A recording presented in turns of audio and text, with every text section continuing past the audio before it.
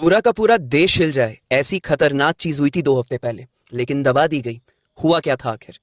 बिहार के पटना शहर में एक लड़की अपने हॉस्टल में बेहोश मिली। कानून का मजाक कैसे बनाया जाता है ना, इससे बड़ा एग्जाम्पल आपको कभी नहीं मिलने वाला। तो उस लड़की को हॉस्पिटल ले जाया गया। कुछ टाइम के बाद वो लड़की की डेथ हो गई। अब आती है कमाल की बात। पुलिस ने अपनी रिपोर्ट में लिखा कि लड़की ने बहुत ज्यादा नशा कर लिया था, इस वजह से इसकी मृत्यु हुई। एसएसपी ने भी अपने बयान में दिया कि ड्रग ओवरडोज की वजह से इस लड़की की डेथ हुई है, और अपनी रिपोर्ट में इस लड़की की उम्र 18 साल बताई गई। इस पॉइंट को याद रखना, आगे काम आएगा। फिर आता है ट्विस्ट। पोस्टमार्टम रिपोर्ट में यह क्लियरली बताया गया कि उस लड़की का रेप हुआ था।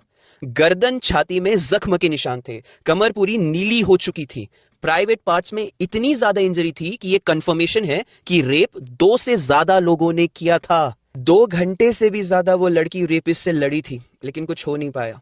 मेडिकल की पढ़ाई करने आई थी वो बच्ची, पटना नीट एस्पिरेंट थी। उस हॉस्टल पर कोई एक्शन नहीं लिया गया।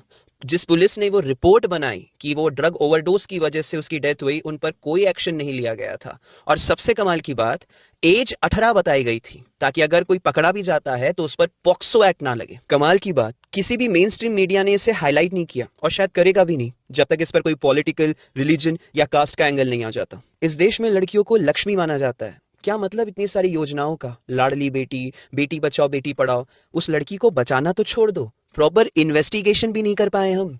अरे इस देश में आधे से ज्यादा लोगों को ये तक नहीं पता होगा कि बेटी बचाओ बेटी पढ़ाओ केवल और केवल जागरूकता का योजना है। बेटी बचाओ बेटी पढ़ाओ में कुछ एक्शन नहीं लिया जाता है। अथॉरिटीज ने तो सुसाइड डिक्लेयर कर दिया था, वो तो पोस्टमार्टम रिपोर्ट के बाद एक्शन लेना चालू किया गया है।